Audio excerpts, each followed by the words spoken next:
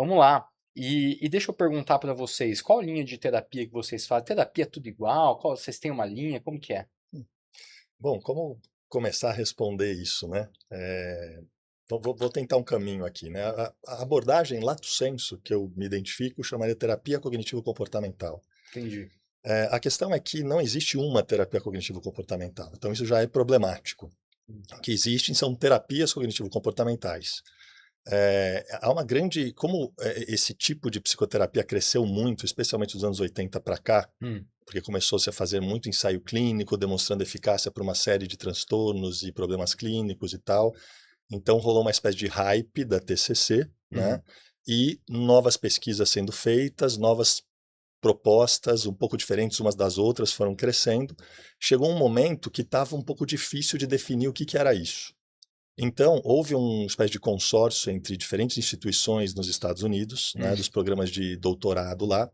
Lá, para você atender clinicamente, você precisa ter um doutorado em psicologia clínica.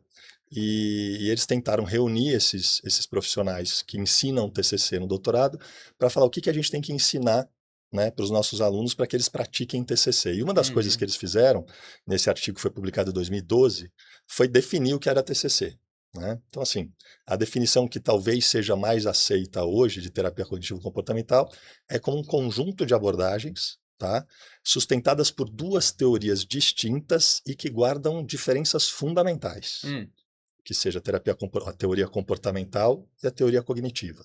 Então, esse já é um problema de base, que são teorias que têm divergências importantes que estão sustentando uma mesma proposta de intervenção clínica em psicoterapia. Né? Entendi. O que, que favorece ou possibilita isso? É que há uma concordância um pouco mais ampla numa concepção do que seriam as teorias da aprendizagem comportamentais. Hum. Tá? Existem algumas divergências, mas ambas entendem que existem processos de aprendizagem que são esses processos que são enfocados no processo terapêutico para produzir mudança clínica. Tá? E aí, de forma um pouco mais ampla, eu diria que a TCC é sempre uma teoria, uma abordagem, um conjunto de abordagens, qualquer tipo de TCC que você vai pegar, ela vai sempre olhar para três processos e como esses processos se relacionam entre si, que são a cognição, as emoções e o comportamento, Hum. né? Ou a ação, se você quiser. Tá. Né? Então, tem modos. Então, o que um terapeuta cognitivo-comportamental estuda? É como esses processos se interrelacionam, formando redes de processos interrelacionados que vão produzir sofrimento para as pessoas. Né? E aí, que tipo de estratégias interventivas na clínica podem produzir mudanças nessas relações? Basicamente é isso. Então, cognição, emoção, comportamento. É isso que Exato. vocês, no lá, assim, juntando todo mundo, é isso que todos vocês olham. Por isso que fica diferente de outras orientações psicoterapêuticas. Exatamente, né? Então, em algum tempo atrás, falava-se muito que a TCC era breve, estruturada, diretiva, baseada em manuais. Ela pode ser isso, né? Hum. Mas boa parte do que hoje está sob esse guarda-chuva de TCC não trabalha desse jeito, É? né? Então, aquilo que orienta, que dificilmente você vai pegar alguma coisa que escapa dessas três coisas para ser TCC. Né? Então, assim, de fato, seria uma definição mais abrangente de TCC, Uhum. tá? E acho que mais precisa também. E aí cada uma das suas variantes teóricas dá uma ênfase a uma dessas instâncias como o locus preferencial de determinação do comportamento, das experiências psicológicas, emocionais, etc.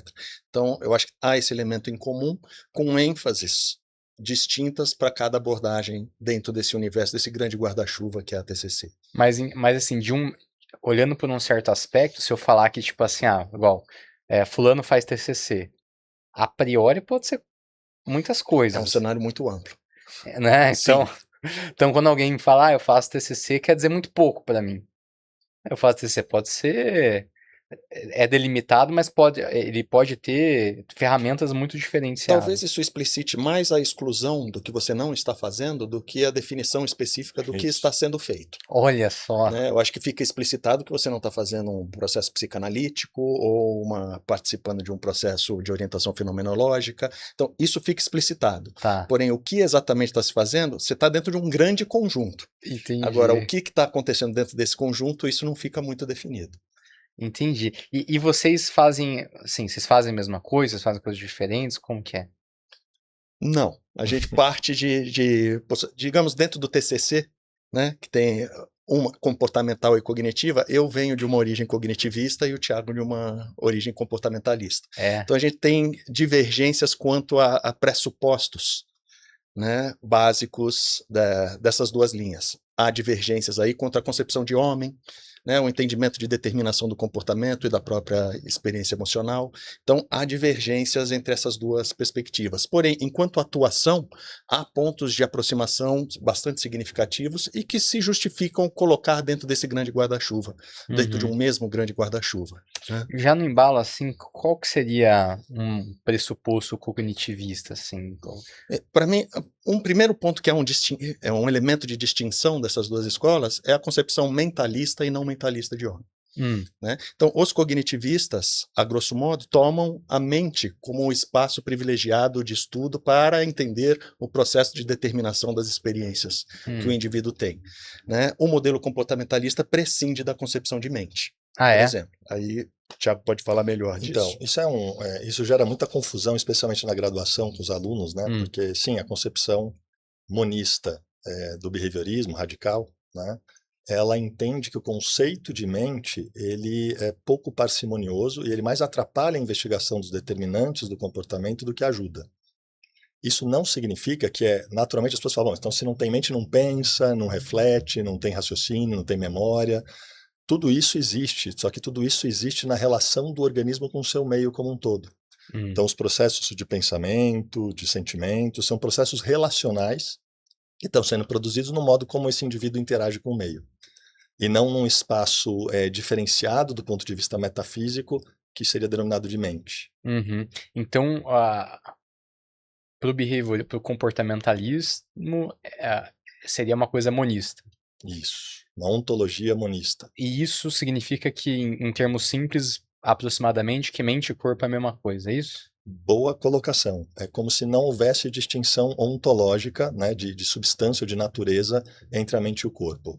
É tudo uma coisa só, né? E os processos mentais, eles são, digamos, estão sujeitos às mesmas leis de determinação do que os comportamentos motores, por exemplo.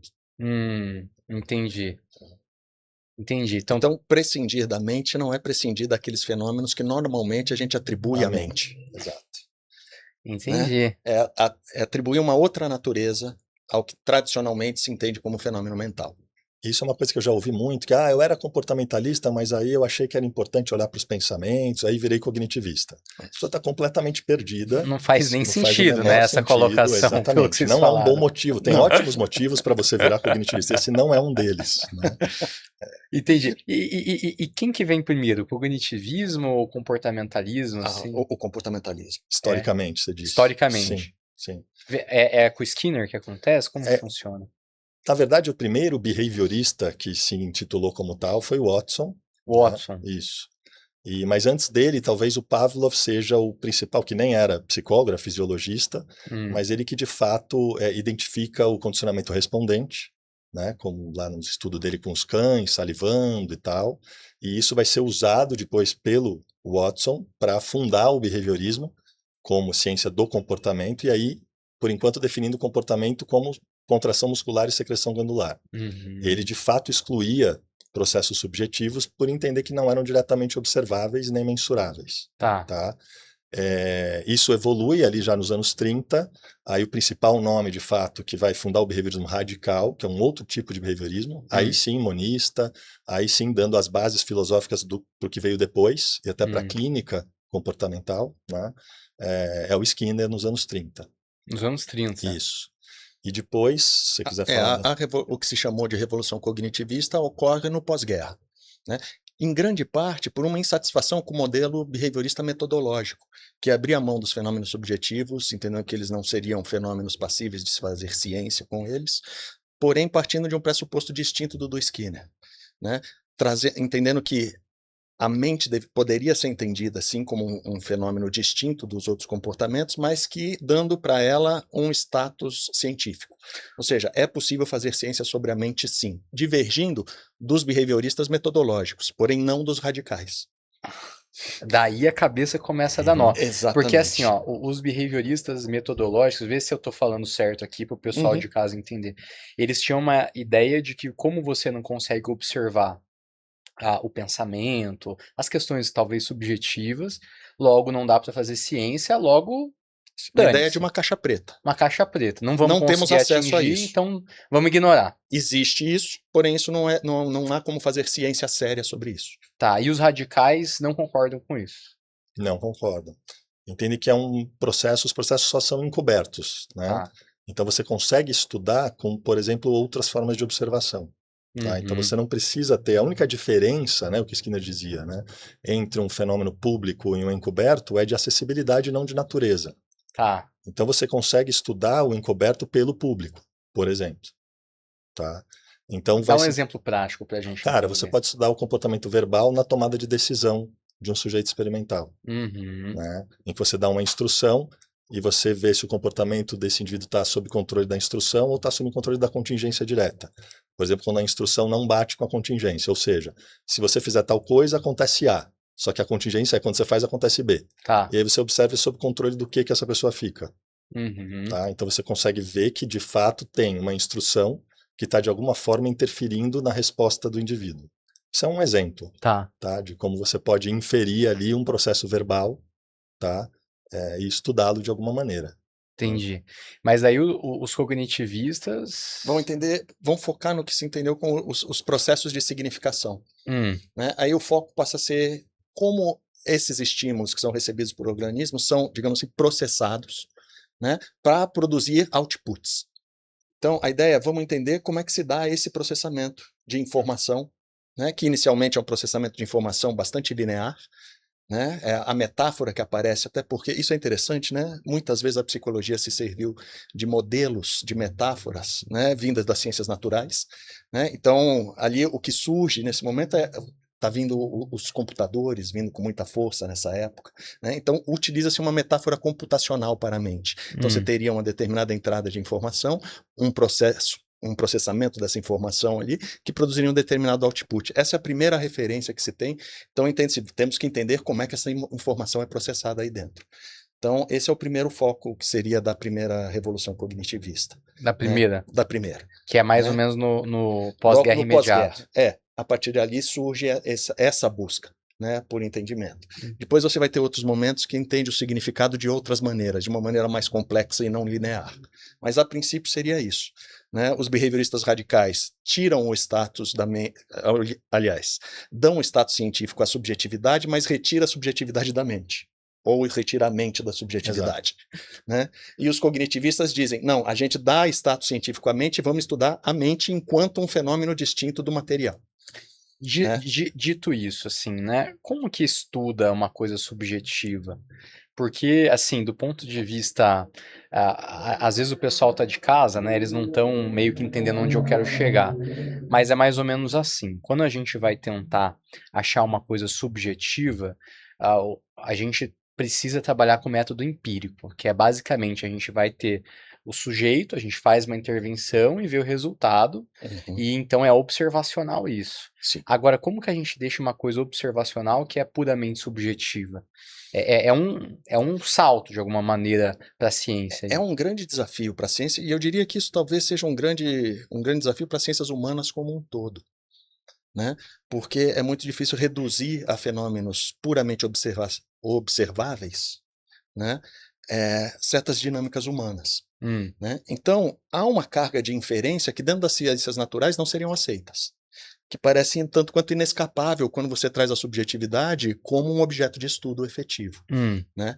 Então, essa dimensão me parece inescapável. Aí você pode ir atrás de elementos, de métodos diversos dentro disso, mas partindo desse pressuposto de que a ausência de acesso direto observado do fenômeno, publicamente, de um fenômeno observado publicamente, que ele automaticamente perca a legitimidade como um fenômeno a ser entendido como verdadeiro, né, ou concreto. Cientificamente estudado. Né?